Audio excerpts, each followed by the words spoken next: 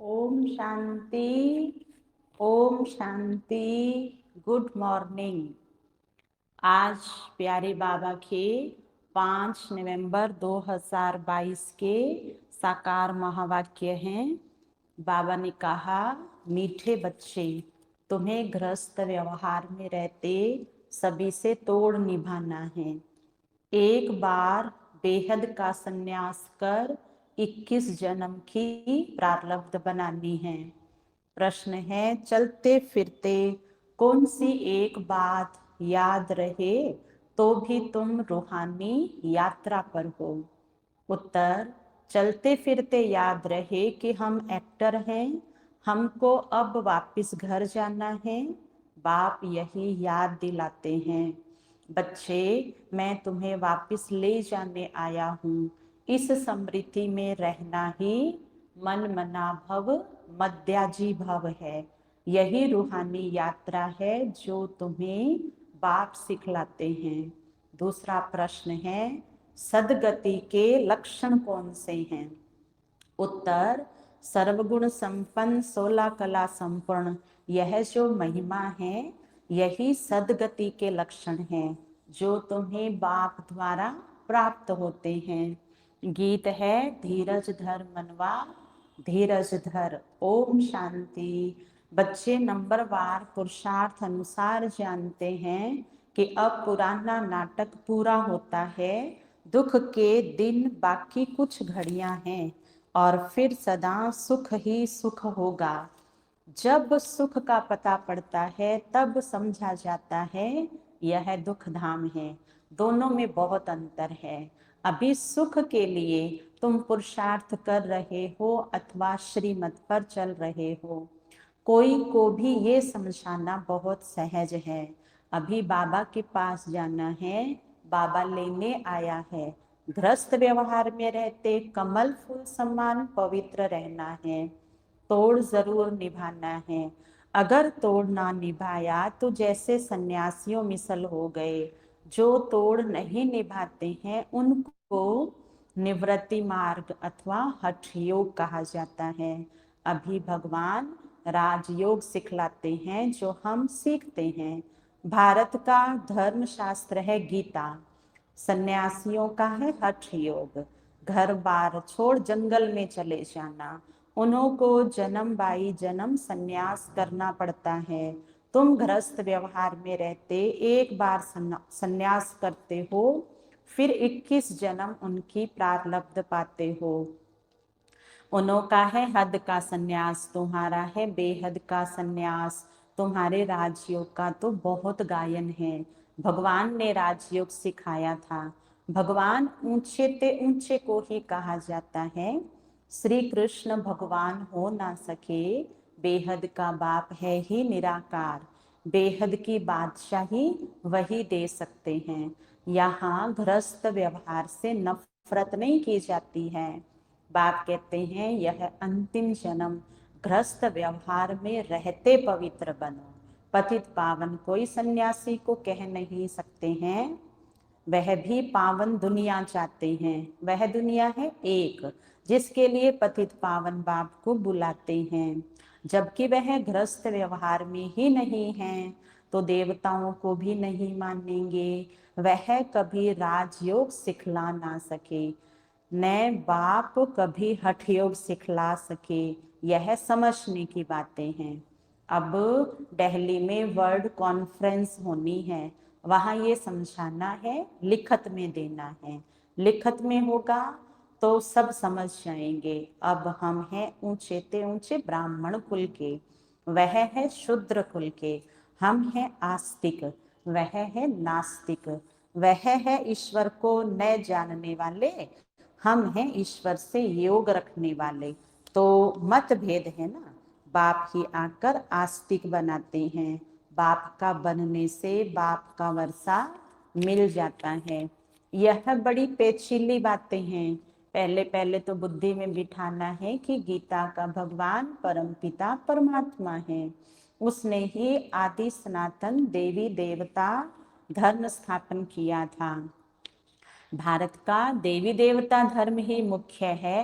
भारतवासी अपने धर्म को भूल गए हैं, यह भी तुम जानते हो। भारतवासियों को ड्रामा अनुसार अपना धर्म भूलना ही है, तब तो बाप आकर फिर स्थापन करे, नहीं तो बाप आए कैसे। कहते हैं जब जब देवी देवता धर्म प्राय लोप हो जाता है तब मैं आता हूँ। प्राय लोप भी जरूर होना है। कहते हैं बेल की एक टांग टूट गई है, बाकी 3 टांगों पर दुनिया खड़ी है। मुख्य है ही 4 धर्म। अभी देवता धर्म की टांग टूटी हुई है, अर्थात वह धर्म गुम हो गया है। इसलिए बड़ के झाड़ का मिसाल देते हैं कि फाउंडेशन सड़ गया, बाकी टाल टालियां खड़ी है। तो इनमें भी फाउंडेशन देवता धर्म का है नहीं, बाकी मठ पंथ आदि बहुत खड़े हैं। तुम्हारी बुद्धि में अब सारी रोशनी है। बाप कहते हैं तुम बच्चे इस ड्रामा के राज को जान गए हो कि सारा झाड़ पुराना हो गया है। कलयुग के बाद सतयुग को आना जरूर है, चक्र को फिरना जरूर है। बुद्धि में रखना है कि अब नाटक पूरा हुआ है, हम जा रहे हैं। चलते फिरते यह याद रहे कि अब हमको वापस जाना है। मन मना भव, मद्याजी भव का भी यही अर्थ है। कोई भी बड़ी सभा में भाषण आदि करना है तो यही समझाना है कि परम पिता परमात्मा फिर से कहते हैं, हे बच्चे, देह सहित देह के सब धर्म त्याग, अपने को आत्मा समझ बाप को याद करो तो पाप दग्ध होंगे। मैं तुमको राजयोग सिखलाता हूँ। गृहस्थ व्यवहार में रहते कमल फूल सम्मान बन मुझे याद करो, पवित्र रहो, नॉलेज को भी धारण करो। अभी सब दुर्गति में है। सतयुग में देवताएं सदगति में थे, फिर बाबा आकर सदगति करते हैं। सर्वगुण संपन्न 16 कला संपूर्ण, यह है सदगति के लक्षण। यह लक्षण कौन देते हैं? बाप।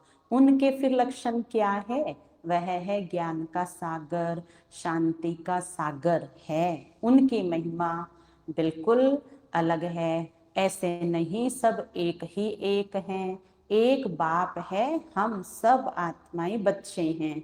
अब नई रचना रची जाती है। हम प्रजापिता ब्रह्मा की सब औलाद हैं, परंतु वो लोग इन बातों को समझ नहीं सकते। ब्राह्मण वर्ण सबसे ऊंच है, भारत के ही वर्ण गाए जाते हैं। 84 जन्म लेने में इन वर्णों से पास करना होता है। ब्राह्मण है ही संगम पर। अच्छा, साइलेंस तो बहुत अच्छी है, शांति का हार तो गले में पड़ा है। एक रानी की कहानी है। अब शांति धाम अपना घर बहुत याद पड़ता है, चाहते सब हैं शांति घर में जाएं, परंतु रास्ता कौन बताए। शांति के सागर बाप के सिवाय कोई बता ना सके।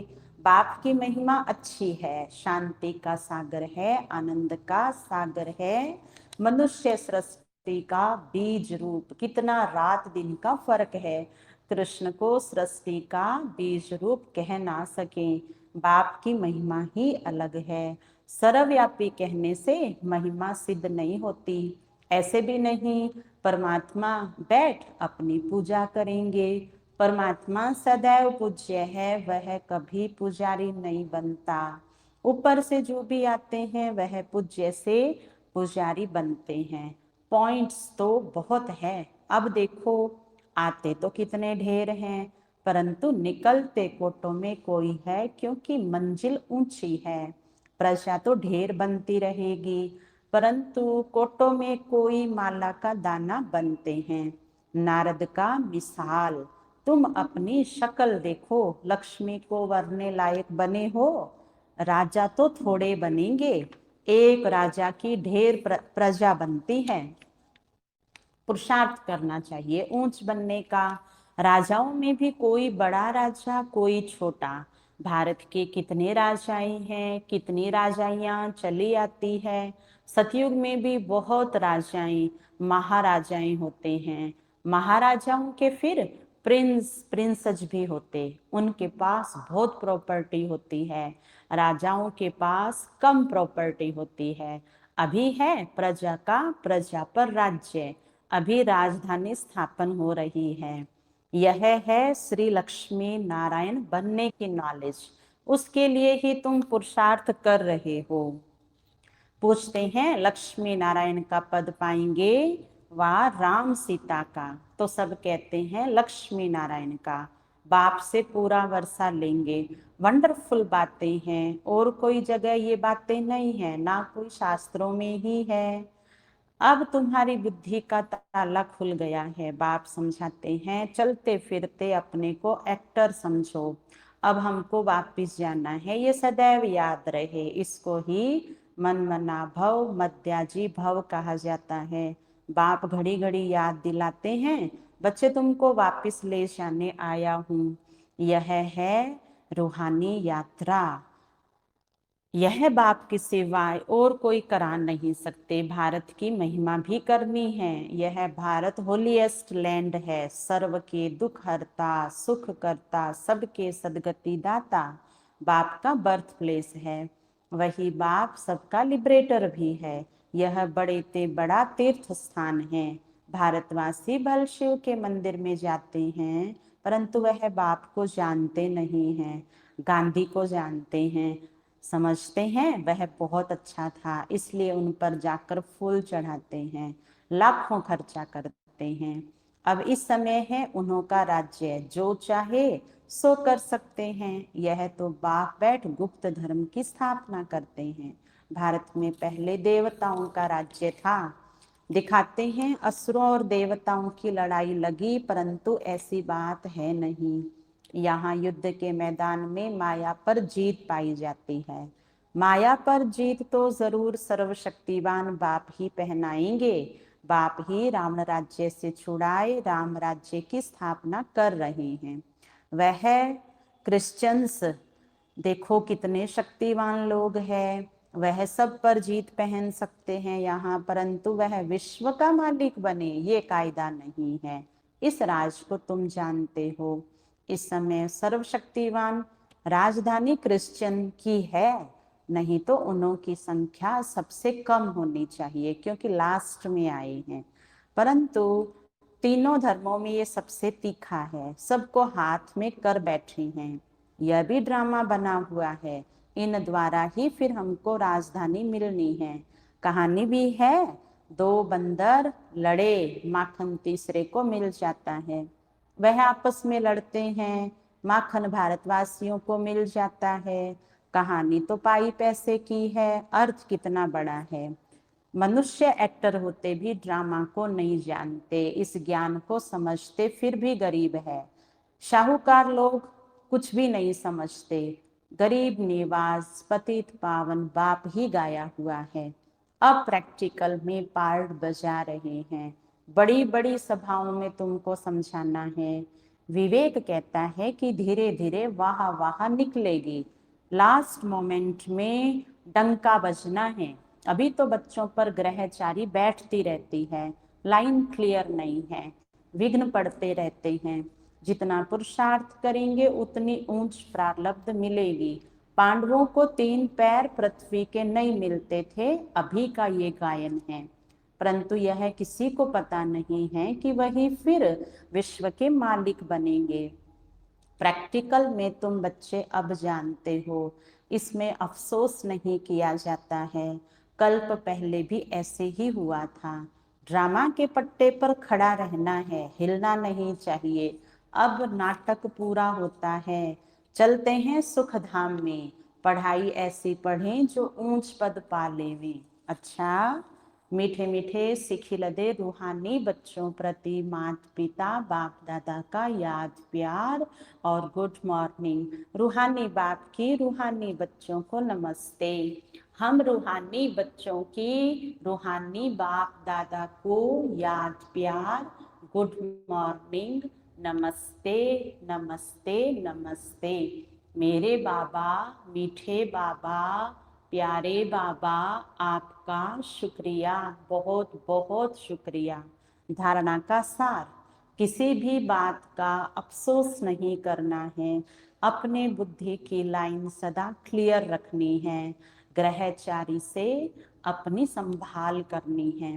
गृहस्थ व्यवहार से तोड़ निभाना है, नफरत नहीं करनी है, कमल फूल सम्मान रहना है, आस्तिक बन सबको आस्तिक बनाना है। वरदान, बड़ी दिल रख सेवा का प्रत्यक्ष फल निकालने वाले विश्व कल्याणकारी भव। विस्तार है, जो बच्चे बड़ी दिल रखकर सेवा करते हैं तो सेवा का प्रत्यक्ष फल भी बड़ा निकलता है।